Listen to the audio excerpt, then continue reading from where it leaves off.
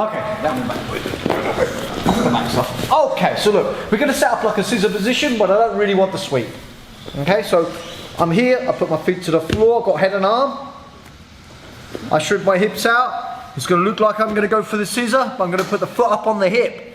Instead of putting it down here, I'm going to sneak it up onto the hip. So it's always the threat there, and I could touch it and feel it out a little bit to try and get a response if I wish. But I'm going to put that foot up on the hip with my heel. I'm going to put my knee on the inside of that arm, and I'm going to kick my leg up and round. And then when I do so, I'm going to hold my shin. So this is the strike guard that we're familiar with. We drilled this a lot from just a closed guard, which is okay for a certain level. But the better the level the guy, the more he's going to be aware of this from a standard closed guard setup. So we're setting it up from other means. So when you've got a good array of techniques, it's not necessarily just the individual technique that's of value to you, it's tricking to get to that same technique. It's just coming from different directions. So instead of coming from a closed guard like we would typically do, which is more possible for him to see and respond to, we're now going to feint in a scissor type position, or maybe even feel it out. Foot on hip, kick through, hold my shin. Look at the way my forearm and bicep will be controlling the head. That's going to bring him onto the shot on the elbow. If we're doing pro rules, I flex my arm to bring his head on. So this is strike guard. Think about his arms. One's stuffed outside the loop, one's well wedged in the loop, taking away any shoulder reaction for a strike. So the only one he could possibly reach me with is this arm, but he's got no strike reaction with that shoulder. I pinned it. Do we understand this position? I can strike him, he can't strike me. I reverse the ground a pound. So this position is also really variable in regards to submission attacks as well, but this is a softening situation. I'm going to soften him up before I might think about completing a submission. Armbar, elbow lock, whatever. There's many transitions. We're in the center of many submissions. Omoplatas, arm bars, triangles, you name it. It's the center of many, many submissions. But we're blinding those submissions first of all with the strikes. Let's look again. So I'm putting my feet to the floor, so I shrug my hips out. Shin goes right across, look like an X. So my knee's pointing to the shoulder, and my foot is on the hip in the opposite corner. I'm creating an X right through him, slicing him right through. So I could attack the scissor. There's no problem with that. But I'm trying to deceive him. Maybe feel it out a little bit, get him a little response with his base, allowing his arm to go out to give you even more space to hit the strike guard. Oh, oh. Foot on the hip though, yeah? If I don't have the foot on the hip, he can attack the guard pass on that side. Don't want that, so I'm going to lose it. Foot on the hip is what stops him progressing his position through my guard, because my guard has to open, right? Last time. Shrimp, foot on the hip. Kick round. See the way I got that knee on the inside? This knee on the inside.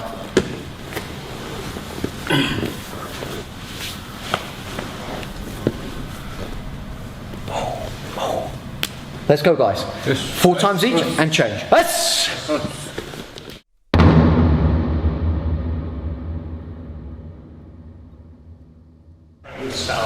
So, let's start thinking in terms of submission. So if I'm going to play off of his reaction, it's all how he reacts with the arm that's going to be inside the loop. That's what we're going to look at. Okay, there's many submissions from this position. Trust me, it's really open when you get to that position. But we're going to, I like to always think of submissions in the way of playing off of his movements and reactions. I want to take whatever he gives me. Okay, so I'm here.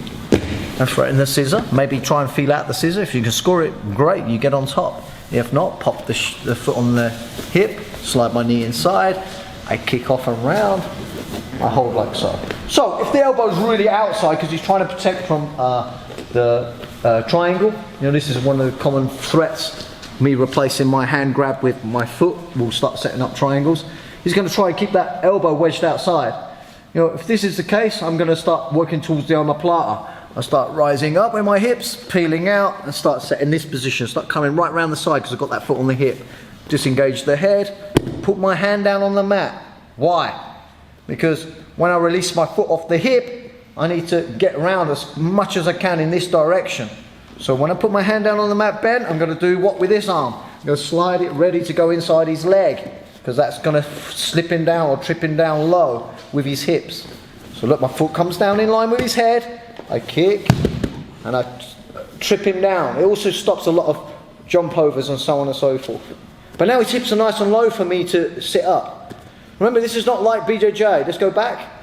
If we had a gi, a lot of guys would tie off here without getting the shoulders to the mat, because they have the gi to hold on. We don't have the gi, so we're going to go inside leg and we're going to get the shoulder low.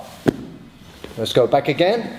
If I did do it this way, the problem I have is him using the strength in his back to lift all the way up and come all the way around. That's because I didn't have the shoulder low. It's not going to be very good for me in terms of MMA. So I want to break down that shoulder low as I can. So I make his hips low and his shoulder low. So I kick straight. Get him down low. Use this leg to sit up. Don't use your stomach muscles. When you've done 1 or 2 or maybe even 3 rounds of MMA, trust me, you're tired. So use this as an anchor to get up. Disengage and sit up. Bum out, calf to block the elbow. My bum is out, so I'm leaning over him to stop him rolling out, and my calf is blocking the elbow. Next step.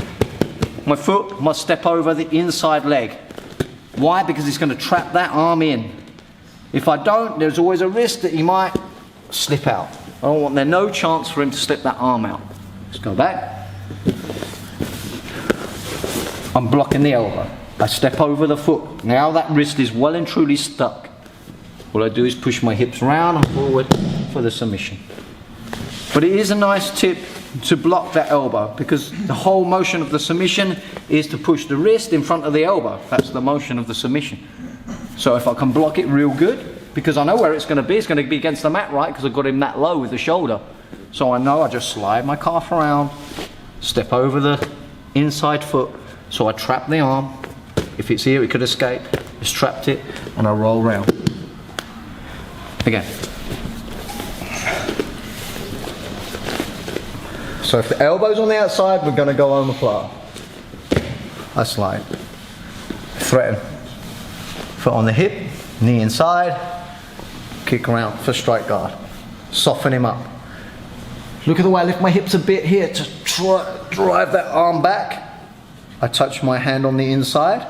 I release and put bent on the mat, so that when my foot releases, I drive round. So now I just kick my leg over his head, which will bring the leg even further closer to me. All the way down flat. Flat as you can get it. Use your leg to get up. Hold the shoulder, put your bum out, lean over him. Block the elbow with your calf, step over. Push your hips round and forward to finish.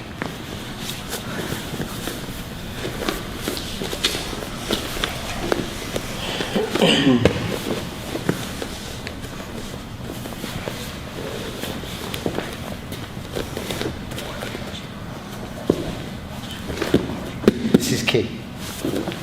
Look at how I turn around. See, I drove my arm straight. Put my foot in line with the top of his head. Drive your leg straight. Bum out. Block. Step. Finish. All the way through. I'm not going to say a thing.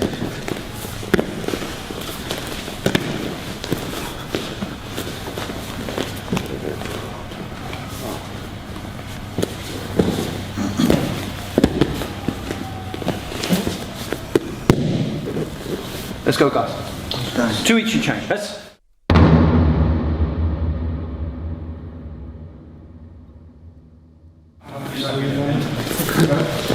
So look, let's have a look at the setup. Hips are out, foot on the hip, knee inside, kick round.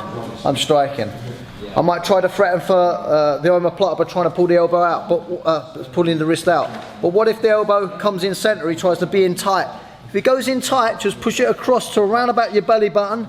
And now I'm going to disengage. I'm going to squeeze my knees together. I'm going to disengage, but squeeze my knees together. I'm going to go 2 hands on wrist. And all I'm going to do is wedge that elbow into my belly button and push my hips up, up, up, up, up into a elbow lock. The angle I want to keep is always the same angle with bent arm locks, 90 degrees. I just wedge it in, extend my hips forward. Simple as that. I could do it like this as well. There's different leverage ways of doing it. 2 hands on is kind of good. If I don't want to push down as well, wedge it in. It's nasty. It is nasty. It's not very nice. So it depends on what he does with his arm. Sometimes his elbow comes across. Man, get it on the belly button if it comes across. Now the elbow lock. Shrimp out. Threaten the scissor. Foot on hip. Knee inside. Kick round. Soften him up. Strike him up. He starts bringing the elbow across. If the elbow comes across, squeeze your knees towards each other. Just clamp him. There's my finish. Really fast. You can't really resist this. It's not going to be like someone's going to tough it out. It's going to snap. Like this. Maintaining as much 90 degree as we can. Stuff it in. So if the elbow's out and he's forcing it out, don't fight against it. Let's just go. Get it this way. It's going to be easy to get the arm that way with the elbow out. So the arm's independent. It's segregated from the body. So he tries to make his elbow or his arm feel strong by tucking it around. He tries to protect it. That's going to be no protection. Stuff it. You'll get it. So it just depends on where the elbow goes.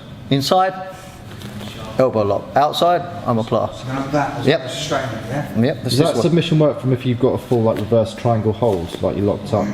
Yes, you can work these exactly the same way. Over. Yeah, this is there's a lot of sub-variants of this elbow lock. You can do it from like a closed guard. You can do it from all sorts of types. Yeah, you can go for a straight arm lock. I would suggest to put your foot round on the chin if we're going to go straight arm. I come all the way up like this and then lift my hips straight up and attack like so. But now we're risking, getting them pulling out if we're sweaty and maybe I'm a little tired. Maybe he's going to pull out and then I've kind of lost my position. I'd much rather want to keep my control myself. And here I'm still keeping a lot of control. If it fails, we just come back around. We have another go at something else. Can he not roll out that the tight arm? And highly unlikely with my leg controlling here. Highly unlikely. Yeah, he's squashing his shoulders together. Yeah? Let's go, guys. Just try this one. Yeah, shoulder lock.